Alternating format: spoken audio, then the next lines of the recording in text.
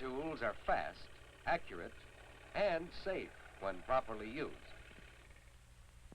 Now, we've used hand tools long enough to build habits of caring for them, of using them safely. The same habits of care and safety are even more important with power-driven tools. First of all, let's see what safeguards our shop provides. Notice that there's ample space for each power tool. Each one is set apart by marking on the floor. Only the operator or an authorized helper may enter this area. Most machines are equipped with guards to help keep fingers away from the sharp tools. There are waste cans and brushes so they're kept clean and free of hazards. Materials are stored neatly out of the work area, and flammable liquids are stored in safety containers away from open flames.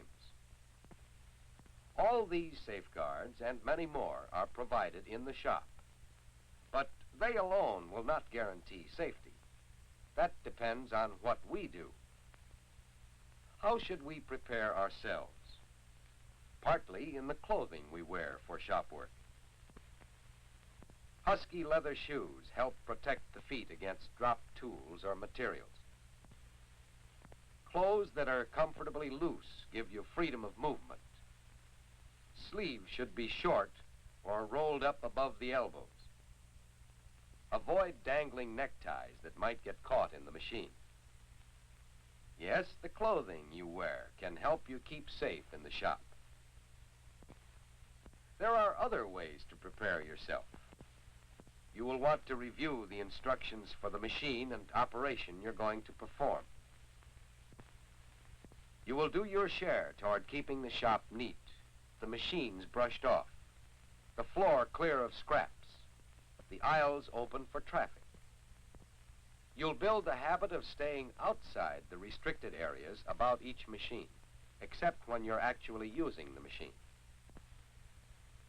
Finally, you'll learn the skills of operating each machine safely. Here is the grinder used for keeping tools sharp.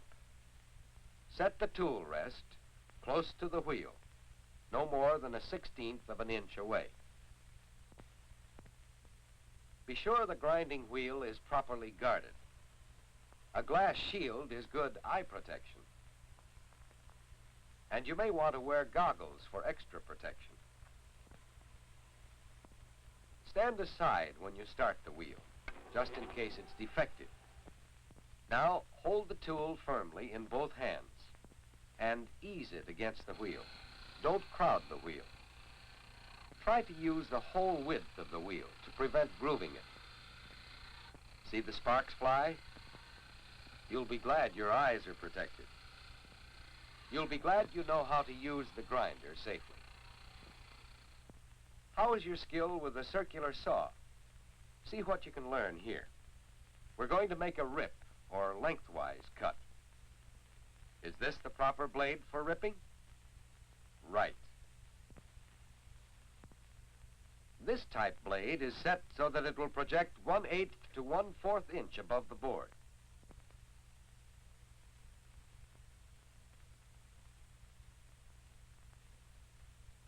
For ripping, use the fence to guide your work, checking it with the parallel grooves on the table. Make sure the guard is down over the blade. Now you're ready to turn on the motor.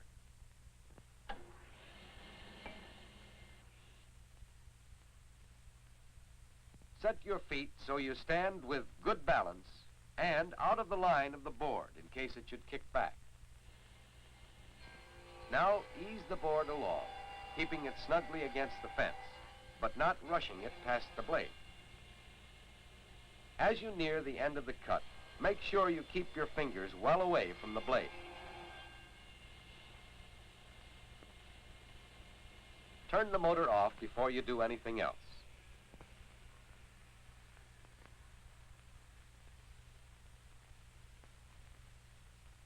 But now, suppose you have to rip a narrow piece off a board.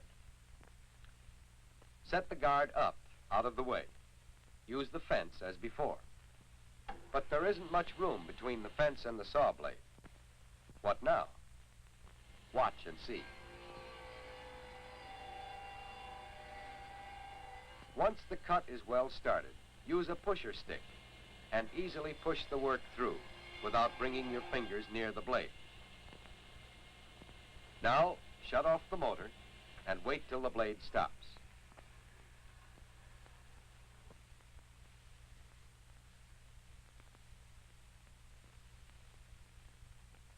Run the blade all the way down. That's the safe way to leave it. Brush off the sawdust. Put the guard down for added safety. Well, how is your skill with the circular saw? Could you do that well, safely? What about the band saw? Suppose you wanted to cut an ornamental curve. Make sure the saw is not running. Adjust the upper saw guide to slightly more than the thickness of your work. Check other adjustments. Measure the blade to make sure it will take the curves you plan to cut. Review your notes. Also, some band saws have this information in chart form on the machine.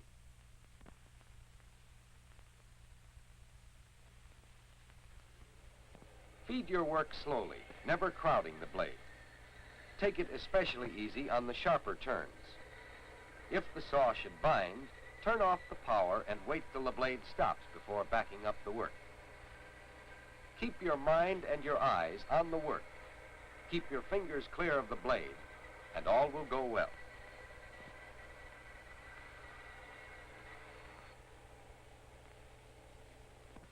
Next, let's have a look at the drill press. See if you can figure out the safe way to produce accurate holes fast. What's the cap for? Do your shop rules require a cap to keep your hair away from the revolving parts? Note that the work is clamped securely to the table. Do you know why there's an extra board underneath? Bring the drill down slowly and easily. Don't force it through. Then ease up as the drill is about to break through. And there you are. Fast, accurate work done safely.